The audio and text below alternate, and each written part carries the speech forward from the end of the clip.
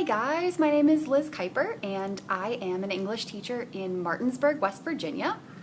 A few years ago I was studying at Grove City College and I had some fabulous classes with Dr. Blackburn, and she has recently asked me to do a short video for you guys on a project that I am currently doing with my students called A Story with Legs.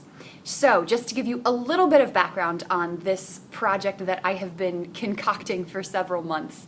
I have been teaching freshmen for, wow, this is my 5th year teaching freshmen. Oh my goodness gracious, so many freshmen. No, I'm just kidding, I love them. They're fabulous. They're a little crazy, but they're awesome. And one of the books that is on our freshman curriculum is the book Night. It is a Holocaust memoir. And I have been teaching it every single year that I've been teaching freshmen. I think it's super important.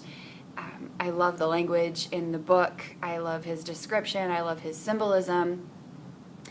But it has come to my attention that I was facing some issues in teaching this book, namely that the 8th grade in our district does a huge Holocaust unit. They spend like half the year talking about the Holocaust, and so students come in and they're like, Holocaust? I know everything there is to know about the Holocaust. And I'm like, well, actually you don't, because you know, you were in middle schools. They didn't quite tell you everything. So there's some things that I'm going to be telling you that you didn't know. But you know, like they're all full of themselves and whatever. And also that they've just kind of had a horrible Holocaust education thus far, in the fact that they think that like the Holocaust is the only genocide that's ever happened. And they've basically told me like, why are we studying this? If it was a isolated incident, Hitler got mad at the Jews for like some reason, killed a whole bunch of them, which is sad, but you know, like whatever, it happened in the 40s, whatever. So they don't know really a whole lot about first of all, the history of Jewish persecution, like ever, and that, you know, there's still anti-Semitism today. But they also don't know that there have been other genocides throughout history. And so last year I kind of got really mad about that, and I was like, there are genocides going on now. And they're like, wait, what? So I had them do a research project on modern genocides, and that was how I actually ended up introducing research to them and researching skills and citing sources and MLA and all that kind of stuff. But this year I wanted to expand that. So over the summer I read a fabulous book called First They Killed My Father, and I'm going to show you a copy of it. Okay. First They Killed My Father by Long Eun, and it was just recently made into a movie produced by Angelina Jolie. It's currently on Netflix. It is amazing. I would highly recommend it. I was really impacted by it, and I wanted to teach it to my students this year. So I decided to expand my Holocaust unit into a modern genocides unit. I wrote a GoFundMe, and I was able to get 30 copies for my classroom, and I'm also going to be bringing in a speaker who survived the Cambodian genocide to talk to my students about that genocide. So First They Killed My Father is a memoir about a woman who survived the Cambodian genocide. So I am going to be reading that in conjunction with the book Night by L.A. Wiesel, which I am still going to be doing with my students because, you know, I don't want to not talk about the Holocaust. I just want to talk about other modern genocides too, because it's so important that we understand that genocides happened in other places that are not the West, and those places still matter, even though they're on the other side of the planet. So I wanted to expand my students' knowledge of this whole topic. And I also wanted to show my students that one of the reasons why learning about this is so important is because genocides are still going on today. So one of the main genocides that's still occurring right now is in Syria, but things are real complicated in Syria, let me tell you, because like you have the Syrian government, and then you have ISIS, and then you have the rebels, and it's kind of this triangle of like everyone's trying to kill everyone else, and it's really political, and who's on what side, and what's Russia doing, and what are we doing, and what's Iran doing, and what's Saudi Arabia doing, and it's just kind of a little complicated. So I did a project with my students about what is going on in Myanmar right now. So if you are not familiar with what is going on in Myanmar right now, basically, there is a Muslim minority called the Rohingya, and they have been stereotyped by people in Myanmar for a really long time, like decades.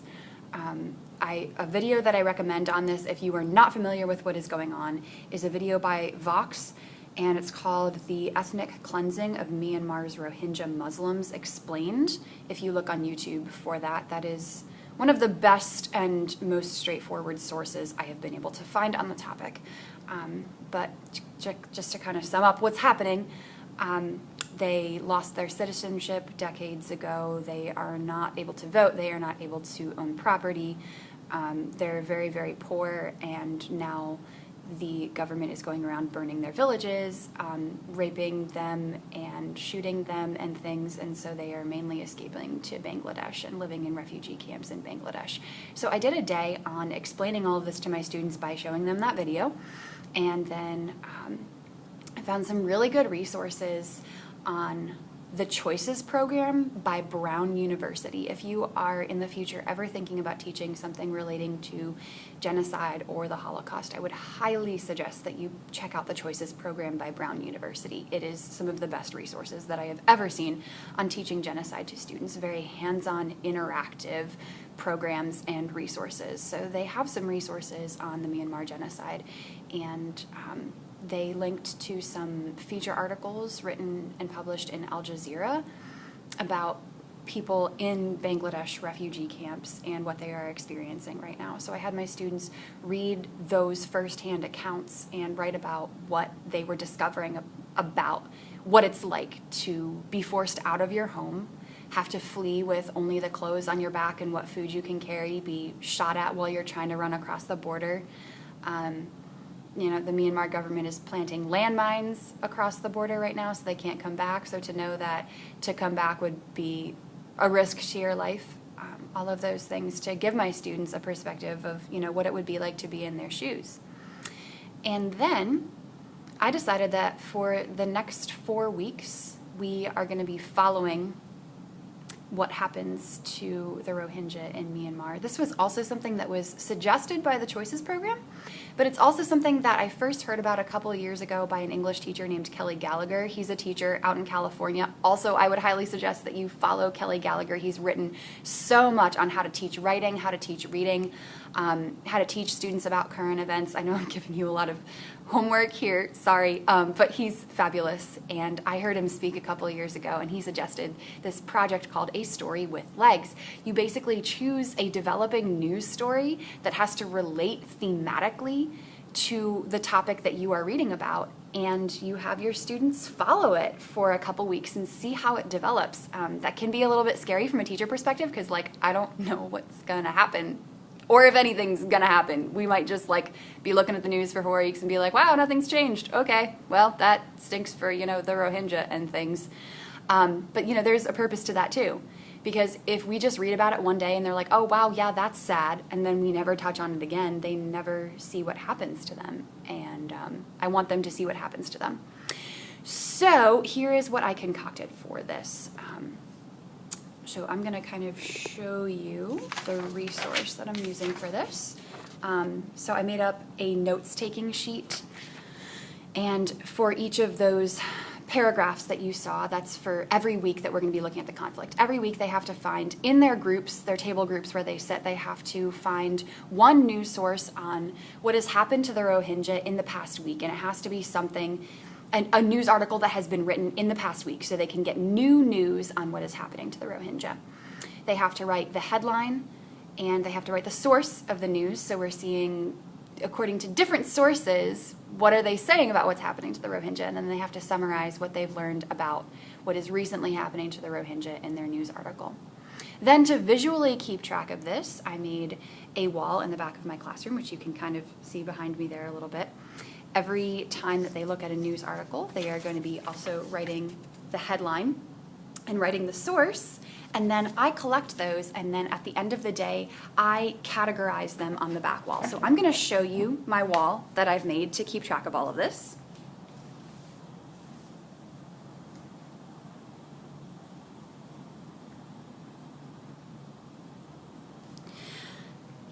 And every day that they write down headlines, I'm going to be categorizing them by, first of all, international sources, and then also domestic sources, so that we can see who's actually reporting on this crisis. So we have some international sources up here.